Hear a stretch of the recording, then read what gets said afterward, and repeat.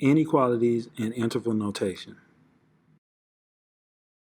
So we just look at the word inequalities. Basically, we're talking about problems that are not equations.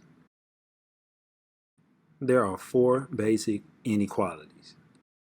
You have less than, you have greater than, you have greater than or equal to, you have less than or equal to. You can pause the slide if you like to really pay attention to the table. In what ways do we use inequalities in today's society? Write a number line representation of the speed limit, 45 miles per hour.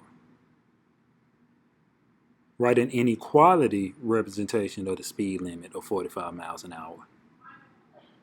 And write the interval notation of the speed limit, 45 miles an hour. So we use inequalities to represent an infinite amount of solutions.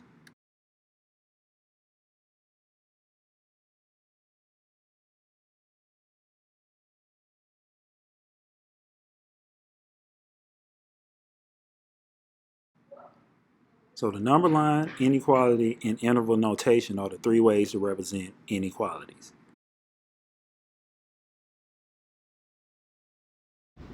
The speed limit solution. So if the speed limit is 45 miles an hour, that means speeds up to 45 miles per hour will be considered legal. So you would always like to keep your problem in context. Since the speed limit is 45 miles an hour, that doesn't mean everything less than 45 would make sense. The reason why I say that is because there's no such thing as negative speeds. So that means your lowest number should be a zero. So 0 to 45 miles per hour should all be considered legal. So on the number line, that means we will be going from 0 to 45. And 0 and 45 are included. That means those dots should be filled in. They should be solid or closed circles.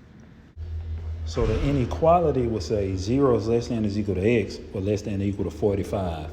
And remember, those inequality symbols, the less than or equal to, represent those closed dots above the 0 and above the 45. So the interval notation will go from 0 to 45 with brackets on both ends. And remember, those brackets represent the closed dots. So you have number line, inequality, and interval notation. Those are your three ways we represent inequalities.